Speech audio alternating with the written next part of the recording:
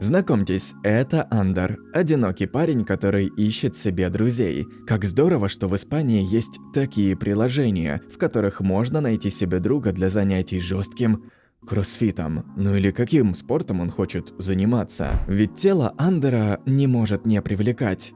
Внимание, он такой худой, что пора отправляться в качалку. А если честно, то Элиту я начал смотреть из-за Патрика. У меня на него стоит пунктик, ведь актер молодой, внешне очень харизматичный и талантливый. И одно наслаждение наблюдать за его игрой. Как жаль, что он появится только в 4-м сезоне, но с другой стороны, это здорово, ведь если вам понравится мой обзор на 1-й сезон Элиты, то другие обзоры обеспечены. Или вот, например, Карла и Леопольда, которые существуют, чтобы ломать все стереотипы о романтических отношениях. Они, без капли ревности, открыты к взаимной дружбе с одним из главных героев, Кристианом. Как вы поняли, смотреть Элиту и рассказывать о ней в России 2024 года очень интересно.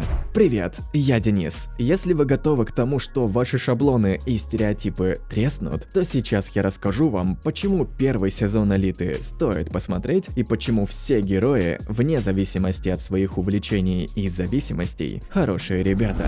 История сериала берет свое начало с горя архитектора, который допустил ряд ошибок при строительстве испанской муниципальной школы в бедном районе. Школа буквально развалилась, а 3 старшеклассников, отличницу-мусульманку Надю, небогатого простака Самуэля и непосредственного гопника Кристиана переводят в местную элитную школу, где их обучение в качестве жеста раскаяния спонсирует тот самый архитектор. И дальше проблемы снежным комом начинают налипать друг на друга, и в итоге бумерангом возвращаются, угадайте кому. Правильно, архитектору, у которого в финале умирает дочь, Марина. Точнее, ее убивают. И хоть убийство произойдет в финале, авторы подают все события под соусом того, что все происходящее лишь воспоминания ребят на допросе у следователя. И мы с самой первой серии начинаем гадать, кто умер, но нам быстро дают ответ на этот вопрос, почему убили, и самый главный вопрос, кто убийца. Под подозрением будут все,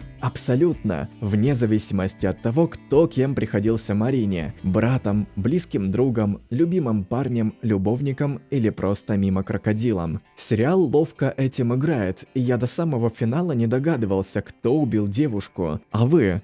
Напишите в комментариях. И эта детективно-криминальная составляющая сериала является той самой изюминкой на тортике из секса, наркотиков, интриг и двуличия, которые царят в этой школе, несмотря на то, что она элитная. И буквально сразу же на первом уроке английского языка авторы иронично сообщают, что ждет наших героев.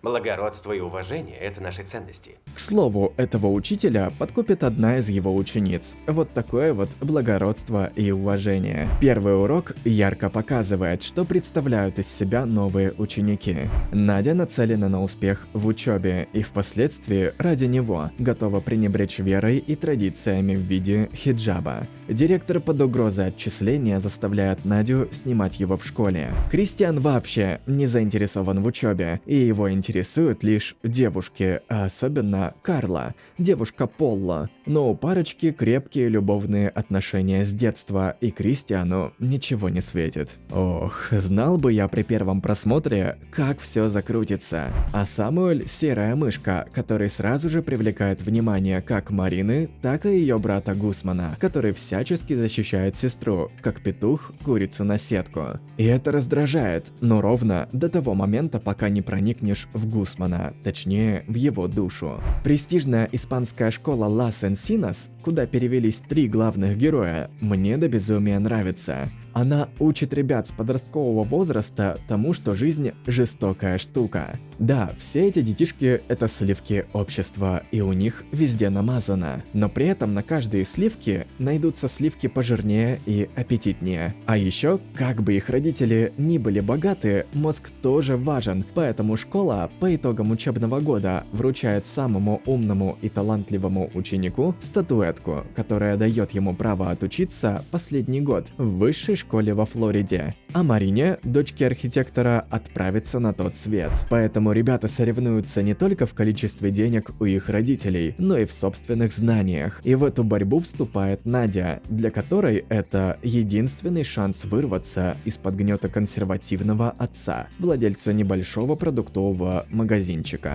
А вот у ее брата Амара такой возможности нет, хотя хотелось бы, потому что он не оправдает родительские консервативные ожидания ни в выборе спутника жизни, ни в работе. Если вы помните Андера из вступления, то парни найдут друг друга в приложении и будут очень близко дружить. И Амар, чтобы сбежать из дома, работает в поте лица. Днем продает свежие овощи и фрукты, а вечером специи. Именно так произошло самое первое знакомство Андера и Амара. Тот продал Андеру специи благодаря Кристиану. К слову, специи в этом сериале – это повальное увлечение у молодежи. Но вернемся к Наде и Амару. Они очень сильные герои. У обоих схожая цель – сбежать из дома, потому что как вера, так и консерватизм отца их душат. И оба идут тяжелым путем к цели. Амар – через нарушение закона, Надя – через отличную успеваемость в школе. Но есть между ними существенное различие. Амар – очень забитый отцом парень, поэтому сильного развития дружбы между Амаром и Андером к концу сезона мы не увидим. А Надя – девушка умная, боевая и целеустремленная. Она во что бы то ни стало желает заполучить статуэтку,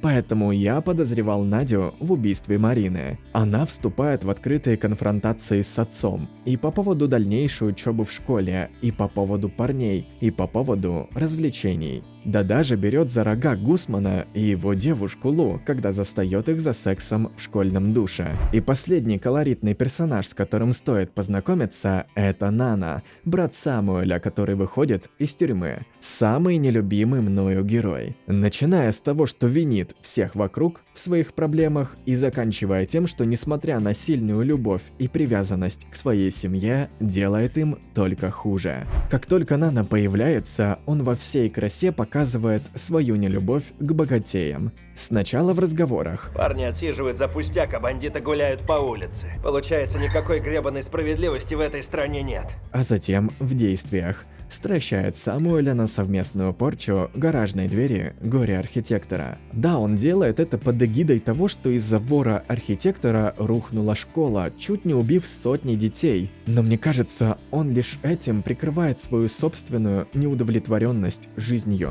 И вот смотришь на Нана и задаешься вопросом, кто мешал ему учиться и работать как Надя, как его брат Самуэль, который в отличие от него мало говорит и много делает. После учебы работает официантом и содержит их семью. Никто не мешал и никто не заставлял его совершать преступление, из-за которого он теперь никто. И беды, которые он приносит семье, будут только увеличиваться. Мне безумно нравится Элита тем, что, рассказав сейчас про все обилие героев, с капельками спойлеров, я рассказал лишь толику о героях. И это заслуга авторов сериала, потому что они сделали каждого героя живым и объемным. И чтобы увидеть это в полной красе, продолжаем дальше. Дальнейшее развитие героев невозможно без дня рождения Марины, куда оказывается приглашена троица новеньких ребят. Мне нравится символизм в произведениях. Авторы совместной проходкой ребят показывают, что новенькие оторваны от элиты. И Андер тоже, ведь его мама просто директор Лас Энсинос, и его семья не так богата, как у других учеников школы.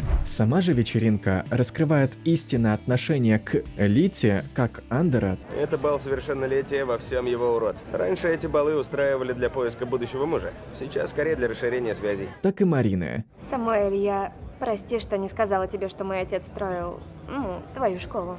Но я не такая, как он. Поверишь ли, если я скажу, что он мне не нравится? Этим и обосновывается ее заметный интерес к Самуэлю, который быстро перерастает во влюбленность. И важная часть жизни Марины, которая раскрывается на вечеринке, это то, что Самуэль у нее не первый. У нее уже была любовь с небогатым парнем, который заразил ее ВИЧ. И это та самая причина, почему Гусман так опекает сестру и ненавидит Самуэля. С одной стороны, Гусман дурак, ведь без разницы, кто вы и сколько у вас денег. При неосторожности он сделает свое дело, что и произошло с Мариной. С другой стороны, мне нравится, что Гусман очень любит свою сестру и борется за ее светлое будущее. Конечно, он душит ее своей чрезмерной опекой и ошибается в своих предрассудках к небогатым людям, но ему хватило одного раза, чтобы обжечься и не совершать похожих ошибок. Марина же такого свойства не имеет, это небольшой спойлер. И последнее, что нужно знать о их семье,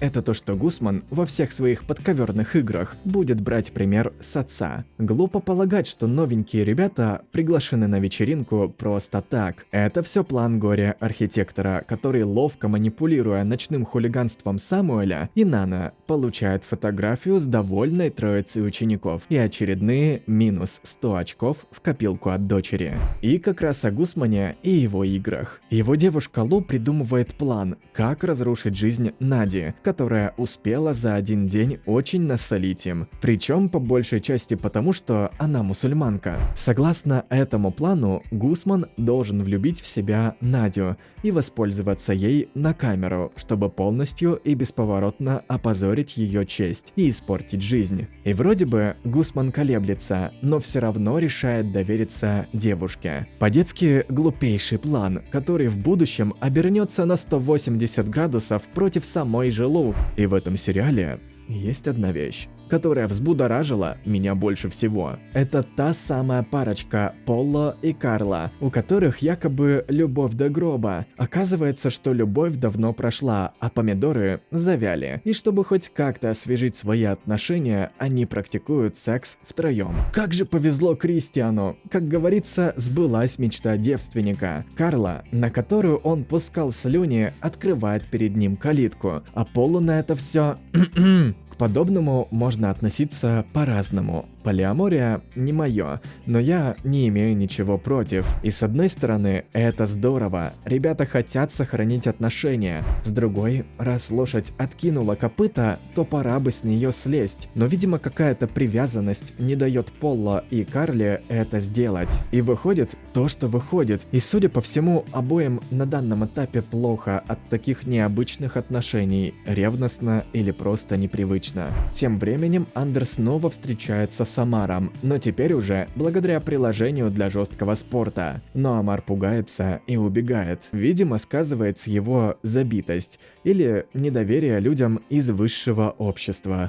И финал вечеринки вскрывает мировоззренческие разногласия между братьями. Нана приезжает за Самуэлем и ввязывается в конфликт с Гусманом, который дошел до точки кипения из-за тяги сестры к небогатым парням. Гусман получает от Нана, и братья уезжают, чтобы чуть позже поссориться. Самуэль считает, что Нана своими выходками и преступлениями делает семье только хуже. И в итоге так оно и есть. А Нана считает себя благородным Робин Гудом, защитником слабых и бедных. Отчасти он прав в своем гневе на воровство и обман от сильных мира сего. Но его методы несколько маргинальны. Врываться в чужие дома и бить людей нехорошо. И конец серии еще раз подтверждает, что Марину очень тянет к простым парням. Совсем не вмоготу ей, она даже приезжает домой к Самуэлю, чтобы сообщить, что Гусман приструнен благодаря компромату от Нади. И Марина как-то с большим интересом начинает общаться с Нана, как будто бы ее больше не интересует тихий, законопослушный Самуэль, а интересует его брат, альфа-самец-преступник.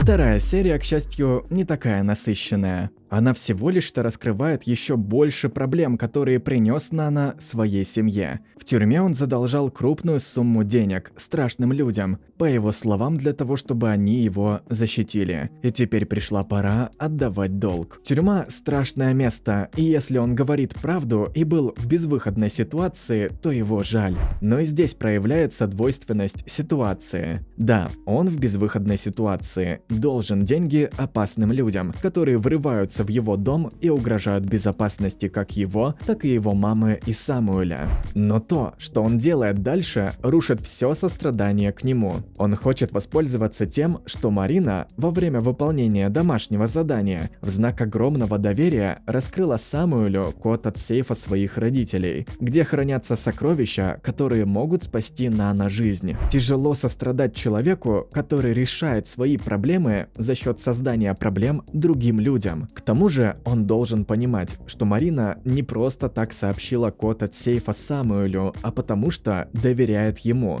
Таким образом, он хоть и спасет свою жизнь, но насолит и брату, и Марине, которая здесь ни при чем. И тут вспоминается брат Марины, Гусман. Несмотря на то, что он относится предосудительно к Самуэлю и его семье из-за их бедности, и несколько перегибает палку, но он прав. Нельзя так слепо доверять людям, вне зависимости от их денежного состояния. Любой может опуститься до подлости, или окружение может воспользоваться ситуацией, как в случае с Самуэлем. Поэтому, как я говорил до этого, Гусман молодец. Потому что, обжегшись один раз, он больше не обожжется. А Марина слепа? Любовь, морковь и все такое. Понимаю эту девушку, но так доверять себе же во вред. К тому же Самуэль и правда ее подводит. Он прогибается перед братом и решает сам украсть деньги и ценные бумаги из сейфа отца Марины. Но в последний момент одергивает себя, не дает этой тьме взять над собой верх и по итогу ссорится из-за этого с братом.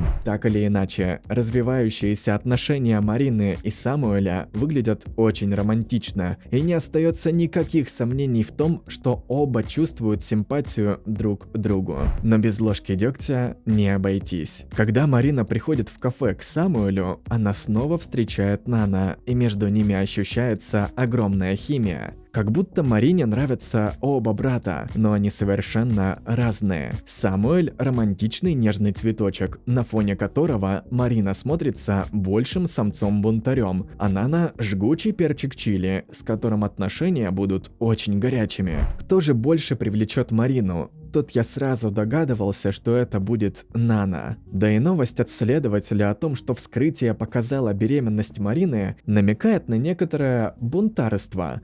В 16 лет ребенок, поэтому Нана точно приложил сюда свой... Ну вы поняли. И если вы смотрели «Элиту» или только будете смотреть, то заметите, как во время разговора со следователем Гусман не просто расстроен, но еще и максимально открыто говорит о своей любви к Марине. И это, как ничто другое, показывает, как важны для него его близкие люди. И это трепетное отношение к сестре объясняет всю его тягу защищать ее. И что немаловажно, сестра не единственный близкий человек для Гусмана. Второй его близкий человек – это Андер. На протяжении всего сезона они успеют поссориться много раз, но это никогда не испортит их дружбу. Вот и в этой серии Гусман, почувствовав ложь от Андера, что тот якобы убегает на тренировки, прослеживает за Андером и застает его с Амаром. И вместо гомофобии не будем забывать, что друзья спортсмены, а в спорте геев не бывает. Гусман заботится об Андере. Да, снова в своей не совсем нормальной манере. Узнает через Кристиана, что Амар наркодилер, который еще и травит Андера, и сообщает родителям друга о его пристрастиях. Криво и косо, но очень умно. И то, что подросток так рьяно защищает своих близких людей, не может не симпатизировать. Еще и говорит Андеру очень трогательную фразу, но которую тот пропускает мимо ушей. Ты же знаешь, что можешь сказать мне все. И третий близкий человек Гусмана – это Полла. Когда Гусман видит, что Кристиан в открытую подкатывает свои кубики к Карле, то он словно лев прыгает в бой и защищает своего друга и его девушку. После чего, конечно, Полла остужает его пыл. Она заигрывает с ним, потому что я так хочу. Это игра, понимаешь? А что тогда ты выигрываешь в этой игре? И снова Гусман поступает криво и косо, залезая не в свое дело, но он делает это как может, потому что близкий друг для него важен. И снова это не может не симпатизировать мне. В общем, я думал, что в этом сезоне буду восхищаться Андером, но Гусман полностью завоевал мое сердце. Хотя, не полностью, он все еще иногда ведет себя как идиот. В этой серии все ученики класса разделились по парам, и Гусман, следуя плану Лу, настаивает на том, чтобы создать пару с Надей и делать с ней домашнее задание. Да делает это настолько ущербно и настолько высокомерно, что выбешивает не только отца Нади, но и каждого зрителя. Мой отец уходи. оплатил вашей дочери грант, так что в ваших же интересах разрешить мне заниматься с ней. Закидайте меня мандаринами, если это не так. Но настойчивость, да и, наверное, внешняя привлекательность все решают. Надя в итоге соглашается. И что-то под конец выполнения домашнего задания они настолько заигрываются, что кажется, будто им обоим приятно находиться рядом друг с другом, несмотря на то, что Гусман это делает из плохих побуждений. И даже Лу как-то напрягается. И, честно говоря, мне весь сезон хотелось, чтобы Гусман и Надя были вместе. Все-таки это довольно интересная и колоритная пара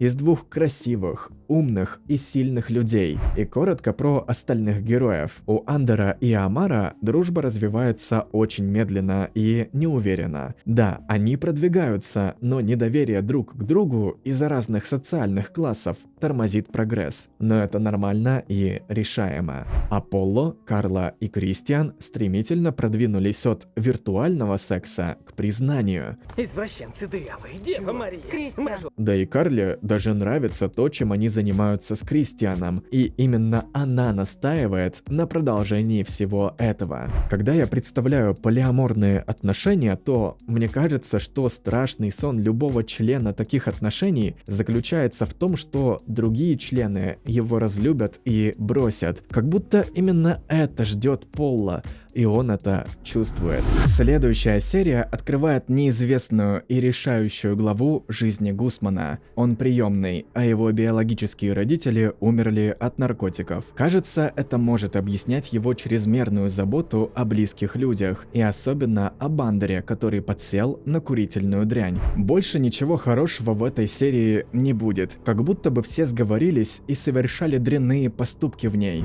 И все началось с вечеринки, которую решили организовать Самуэль и Нана в своем доме. Только младший брат устраивает ее, чтобы признаться Марине в любви, а старший, чтобы затащить Марину в постель, воспользоваться и обокрасть. И именно эта серия полностью отбила у меня сострадание к этому ужасному герою. Каждый раз, когда я встречаю подобных персонажей в кино и книгах, мне их логика абсолютно не ясна. По логике Нана, Самуэль негодяй, когда не захотел рисковать собой и своим будущим, чтобы обокрасть Марину ради Нана. Но когда Нана умышленно хочет навредить кому-то ради спасения себя любимого, то он воплощение Фемиды, само правосудие. Ненавижу таких людей, которые берутся судить других, когда у самих за спиной чернота. Тем временем Гусман, не получив приглашения на вечеринку, пытается получить адрес Самуэля через Надю, чтобы проследить за хорошим поведением Марины. И Надя соглашается, но не может она устоять перед Гусманом. Или это я не могу устоять? И с приходом Гусмана на вечеринку начинается настоящее веселье. Он, в своем стиле, начинает давить на сестру с долей предрассудка к Самуэлю, на что получает вполне справедливый ответ от Марины. Ты действительно считаешь, что это болезнь бедных, да? Пабло любил богатых девушек, как и ты? От кого он, по-твоему, заразился? С одной стороны, Марина права, с другой, она создает впечатление протестующего подростка, который сам не понимает, куда катится, посещая подобные вечеринки с кучей веществ и совершая незащищенные половые акты со случайными людьми. И в этом случае история повторяется, чего и боялся Гусман, только на этот раз Марина подхватит не ВИЧ, а кое-что другое. Нана ее использует, а затем отправляется на поиски сейфа в ее доме. Но домой вовремя возвращается Гусман, чем и пресекает воровство. Но не пресек беременность сестры от Нана. Ты знал, что она беременна? Чей это, по-вашему, был ребенок? Не хочу быть старым дедом, но какая может быть беременность В 16 лет, да еще и от Нана. Кто будет воспитывать и содержать их ребенка? 2 человека без работы и образования? Да и Нана не меняется. Своим воровством он еще раз это доказывает. Но с вечеринкой еще не все закончено. Гусман продолжает учить жизни, но теперь Андера. В первую очередь за обман. Тот ему сказал, что отправляется спать. Во вторую очередь за употребление веществ. И здесь я полностью поддерживаю Гусмана, даже в его угрозах Амару. Потому что мне абсолютно непонятна позиция Амара. Он своими руками травит симпатичного ему человека, обрекая его на тяжелое будущее. Но Амару это невдомек. Амар лишь обижается на Гусмана за угрозы. И вместо осознания своей ошибки, вместо помощи Андеру с его зависимостью, выбирает самый легкий путь – прекратить общение с Андером. Очень непонятная мне ситуация, которая показывает Амара с не лучшей стороны. И как изюминка на торте. Ночное плавание Гусмана и Нади. Добро невозможно без зла. Надя, попросив безалкогольного напитка, получила напиток с хорошей дозой веществ. И настолько раскрепостилась, что сама напросилась к Гусману домой в бассейн, чтобы совместно искупаться. А Гусман, помня уговор с Лу, включает камеру, чтобы после этого воспользоваться пьяной Надей, но вовремя осознает паскудность своих действий и останавливается, за что очередной раз влюбляют меня в себя. И только-только между героями наклевывается любовь, как снова происходят неприятности. Лу, девушка Гусмана, рассказывает Наде о их плане. Гусман обхаживает тебя, потому что поспорил, что лишит тебя невинности, чтобы унизить тебя и рассказать всей школе. Что мгновенно рушит все. Гусмана понимаешь и веришь его извинениям, несмотря на его грубость. Но ты тоже ведь не святая. Ты раздвинула передо мной ноги в бассейне, Надя. Но реакция Нади полностью понятна и справедлива. В общем, остается верить и надеяться, что у них все получится.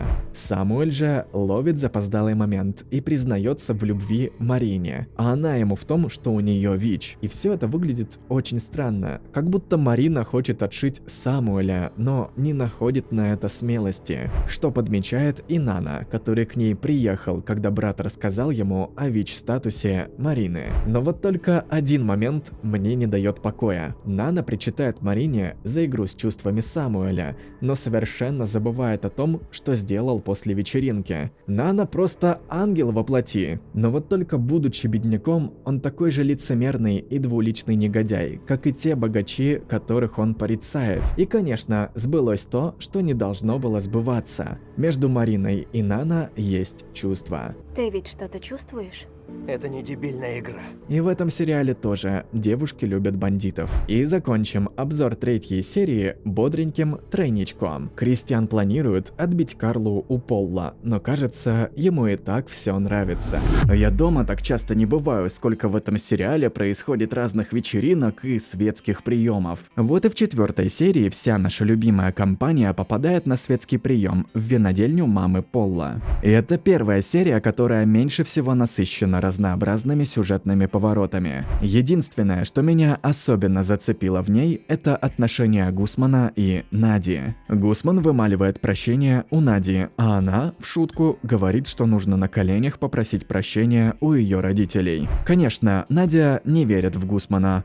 А он, я когда-нибудь перестану восхищаться Гусманом, приходит домой к Наде и встает на колени перед ее родителями, после чего Надя с любовью в глазах прогоняет его. Или это у меня любовь в глазах. Но Гусман был бы не Гусманом, если бы все было идеально. Он проговаривается о том, что Надя не носит в школе хиджаб, что становится причиной небольшого негодования и непонимания отца. И это очень двоякая ситуация, которая актуальна и для нашей страны. В этой ситуации я склоняюсь на сторону отца Нади, но не могу с точностью утверждать, что он прав. Ведь стоит начать с того, что у каждой школы есть устав, и этот устав не должен противоречить законам страны. Если в уставе написано, что ученикам школы запрещено выставлять на показ свою веру, и это никак не противоречит законам Испании, то директор была права, что под угрозой отчисления заставила Надю снять хиджаб. А если в уставе школы ничего ничего подобного нет, то я полностью на стороне отца Нади. Не могу не согласиться, что их школа – это светское место, где в образовательном процессе имеет силу и власть только наука, но никак не вера и религия. Но личные религиозные предпочтения учеников не должны порицаться, если эти самые ученики не склоняют в свою веру других учеников и не требуют от других соблюдения своих религиозных норм. Склоняла ли Надя людей в мусульманство своим хиджабом? Нет. Требовала ли Надя от других учеников соблюдения мусульманских правил? Тоже нет. Она носила хиджаб и соблюдала личные границы. А дальше все зависит от устава школы и законов страны. Что еще немаловажно в этой серии, это Нана, который снова оказывается в безвыходной ситуации. Ему дают шанс погасить долг, но для этого он должен убить человека, такого же должника. И после всех колебаний он решается на убийство. Но после того, как узнает, что у этого человека есть жена и ребенок, оставляет его в живых. Ни к чему хорошему это не приводит. Того должника все равно находят, а Нана отвечает за свою доброту. Я уверен, что вы хорошие люди, если сострадали Нана в этой ситуации. Я тоже сострадаю, но не могу не поругать. Все-таки не нужно забывать, что источник всех его бед – это он сам. И сейчас Нана попал в ужасающую ситуацию. И единственный правильный выход – это полиция или бегство из страны, причем незамедлительно. Насколько тот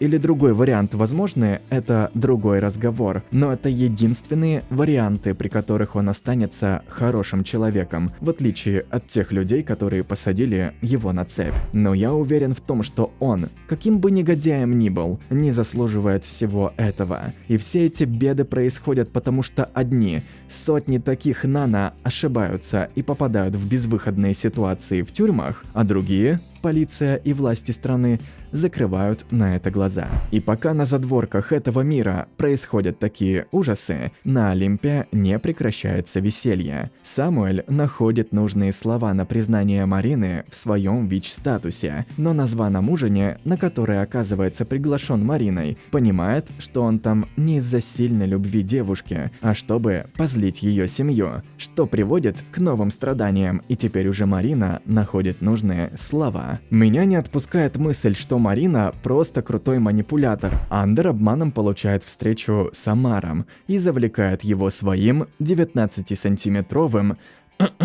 Как жаль, что только Амар его увидит. И дальше, по неосторожности, во время снятия проб, свина засвечивается перед Гусманом, а Амар перед Самуэлем. Только вот они не встречают гомофобии от друзей, а только получают от них по шее за связь с наркотиками. И на заботу о них отвечают не очень хорошо. Печально наблюдать, как Гусман и Самуэль заботятся о друзьях, переживают за них, а они посылают их куда подальше. И в очередной раз Гусмана очень жаль. Его биологические родители погибли от зависимости. Близкий друг Андер подсел на эту же дрянь. Да еще и его приемный отец употребляет. И все это обернется вот такими вот последствиями дальше. И поступки героев в 5-й серии очень мерзкие. Это я про Марину и Нана. У них любовь-морковь. Да настолько сильная, что после признания Самуэля в том, что Нана хотела грабить ее отца, Марина не кидается в Нана тапками, а наоборот хочет ему помочь. И помогает. Сначала лицемерно сближается со своей бывшей подругой Карлой. Потом выведывает у нее все пароли от сейфов и наличие в них богатств. И в конце концов заботливо делится этим с Нана, который не упускает возможности и выносит все коллекционные часы отца Карлы.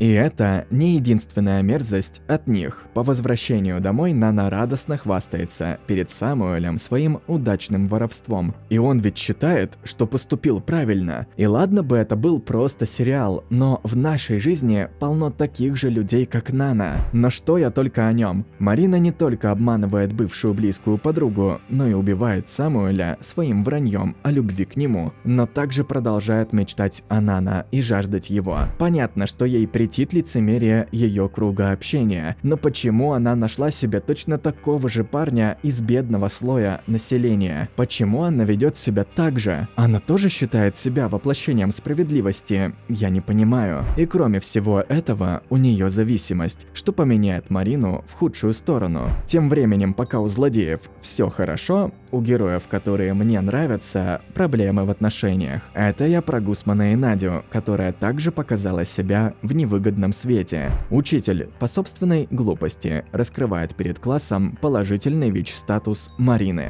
И Надя, моя единственная надежда на светлое будущее этой школы, очень предосудительно реагирует на такое открытие. И становится воплощением всех этих глупых стереотипов о ВИЧ. Якобы это болезнь женщин с пониженной социальной ответственностью. И из-за этого семья Гусмана и Марины теперь полностью опустилась в Надиных глазах. На что она получает от Гусмана вполне справедливое откровение о тайной жизни ее брата Амара. И как бы я ни был против подобного насильного открытия, я поддерживаю Гусмана. Он защищает себя и свою семью от несправедливых нападок, когда уже сделал миллион шагов, чтобы убедить Надю, что как минимум он сам не такой ужасный человек, как она думает. И пару слов о Полло, Карле и Кристиане. В начале серии у них все было настолько отлично, что складывается ощущение, что Полло было бы отлично и без Карлы. Он даже предлагает свою мохнатую лапу в продвижении Кристиана как фотомодели. Но в процессе серии, после того, как Гусман наускивает его против Кристиана, да и других новичков, Полло закрывает аттракцион невиданной щедрости.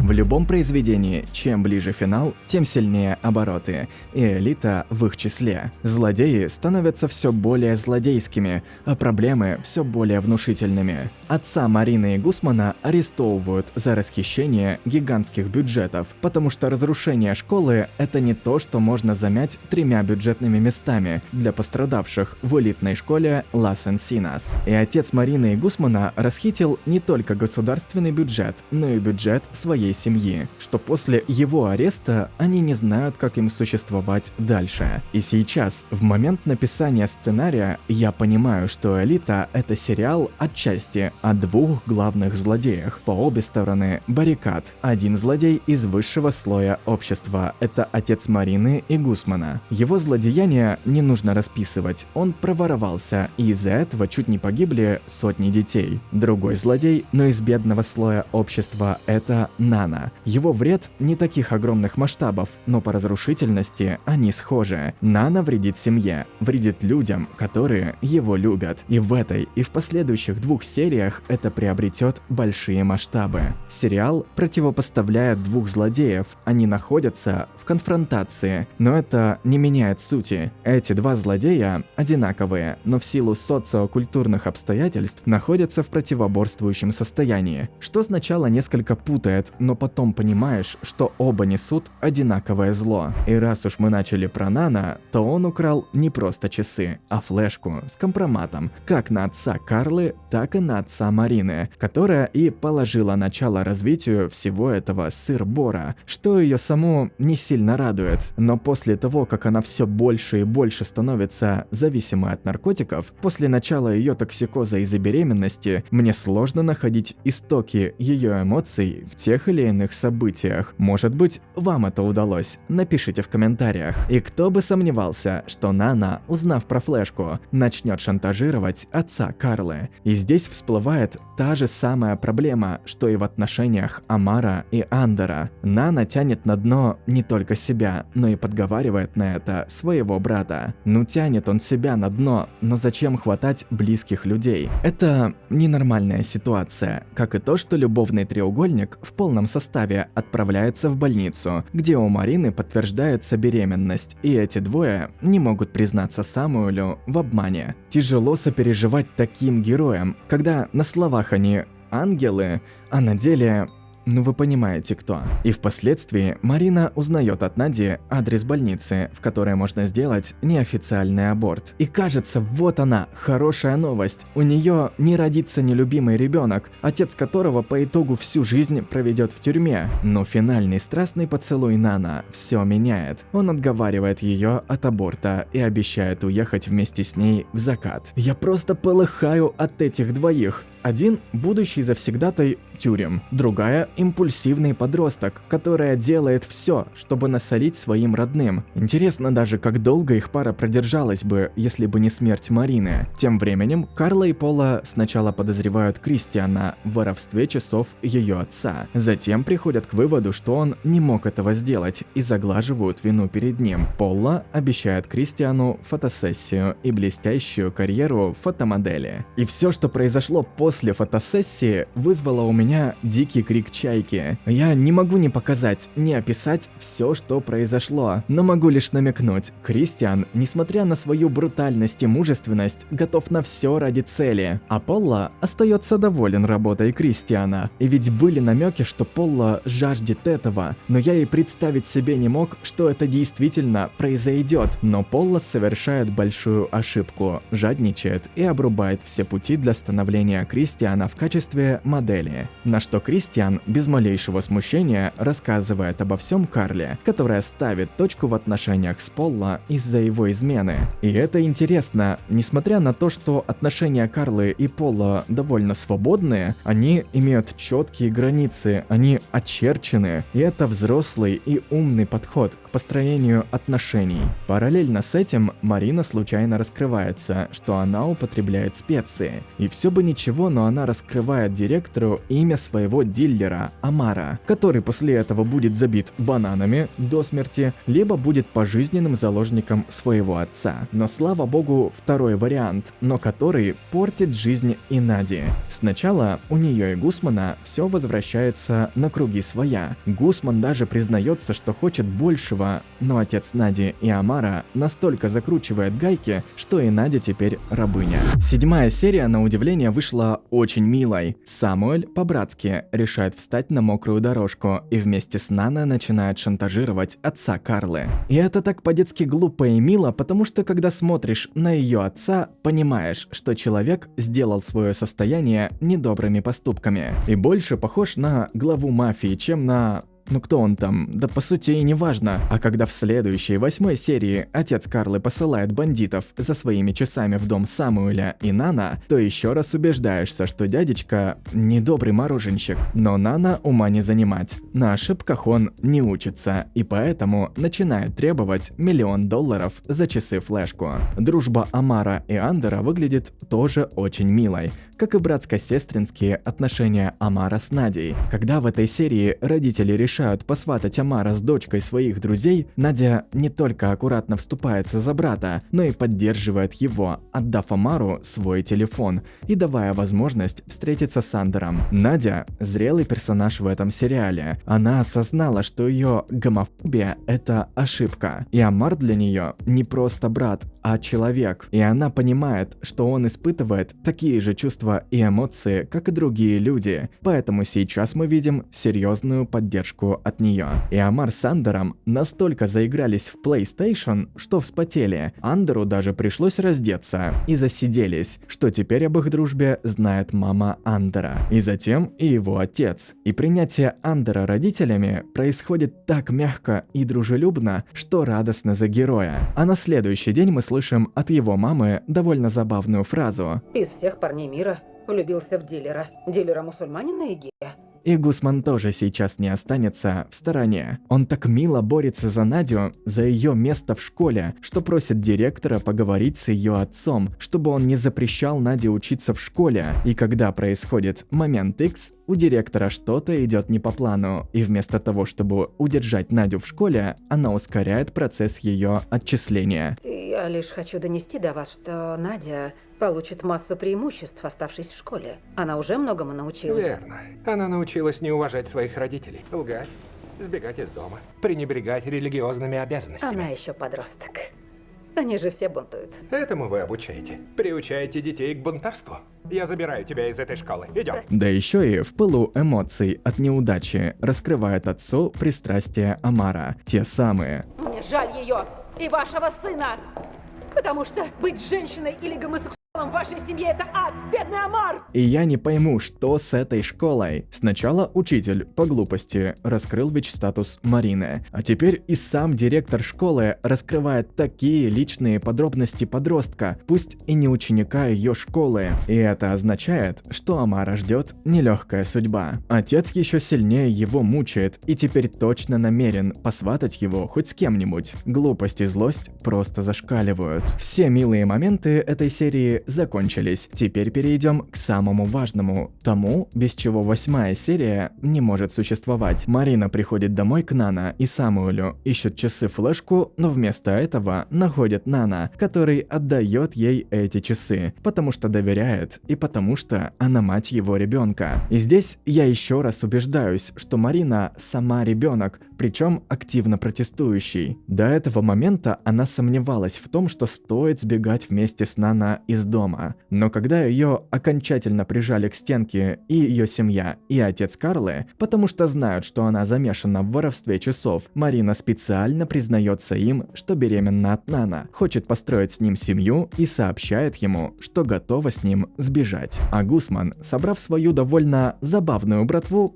идет бить морды Нана и его компании. Начинается битва не на жизнь, а на смерть. В какой-то момент становится непонятно, кто с кем дерется. Даже Самуэль пошел против своего брата. И заканчивается все тем, что только Андер отхватывает. Но зато теперь с Амаром у него очень крепкая дружба. И наступает чертовски печальный финал. А все потому, что некоторые герои устали, а некоторые чересчур осмелели. И это я о Марине и Гусмане. Марина перестает бояться всего вокруг. Преспокойно сообщает Карле, что часы у нее, что, конечно, сразу сужает круг подозреваемых в убийстве. А Гусман настолько устал защищать и оберегать сестру, которая плюет на него, что не пытается ничего сделать, когда узнает от Самуэля, что Марина хочет сбежать с Нана. И из-за таких маленьких случайностей происходит то, что происходит. Марину убивают. Первая случайность происходит, когда Кристиан отказывается взломать шкафчик Марины по просьбе Карлы.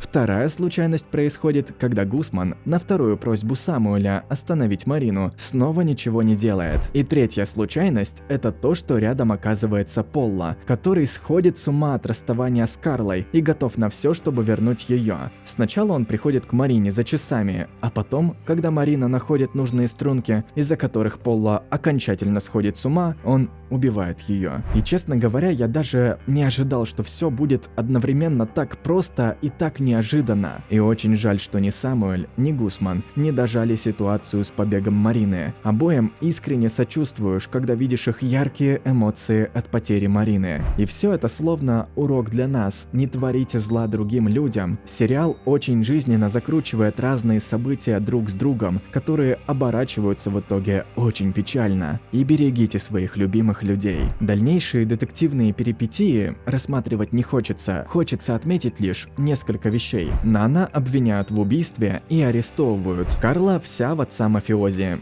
Именно она придумывает, как прикрыть Полло от убийства, как привлечь к этому Кристиана, чтобы еще и при этом он стал соучастником и впоследствии не болтал лишнего. О ее моральных принципах и говорить даже нечего. Она настоящая мафиози, ради семьи готова на все. Даже на сокрытие убийства. Потому что если флешка попадет в руки полиции, то и ее отцу не сдобровать. И Кристиан действительно на поводке у Карлы. Он отказывается помочь Самуэлю найти убийцу Марины. Несмотря на то, что Кристиан близкий друг Нана и Самуэля. А Гусман ради Нади и ее будущего заключает с ее отцом пакт о перемирии и о ненападении на ее тело и душу. Я давным-давно откладывал просмотр «Элиты» и сейчас понимаю, что делал это зря. Первый сезон – это открытие для меня. В нем хорошая, любовная и трагическая составляющая, интересный детектив. А персонажи – это нечто. Их огромное множество в этом сериале, что я не очень люблю, потому что обычно в таком случае они остаются нераскрытыми. Но в «Элите» героев не только раскрыли от и до, но и связали их между друг другом, а сами актеры играют очень естественно. В сериале поднимается множество социальных проблем: дружба, любовь, религия и многое другое. И последнее, что я отмечу, «Элита» интересна тем, что здесь нет ярко выраженных злодеев. Все герои на протяжении сезона совершают ошибки, и раскрываются таким образом, как люди, ну и как не очень люди. И вы же знаете, что мои ролики можно смотреть намного раньше официального выхода на YouTube. Если не знаете, то можно на Бусти. Ссылочка в описании. Большое спасибо за просмотр и огромная благодарность моим платным подписчикам на Бусти: Джараяна, Коргиос, Максим Устинов, Алексей Нор, Георгий Ишбаев и Владислав Ташкент. Вы солнышки, и ваша поддержка такая огромная и такая необходимая. Спасибо. А я Денис. Если вам понравился мой ролик, то поддержите его лайком и подпиской на канал. Увидимся совсем скоро на моей аудиокниге и трансляциях. Пока-пока. Пока.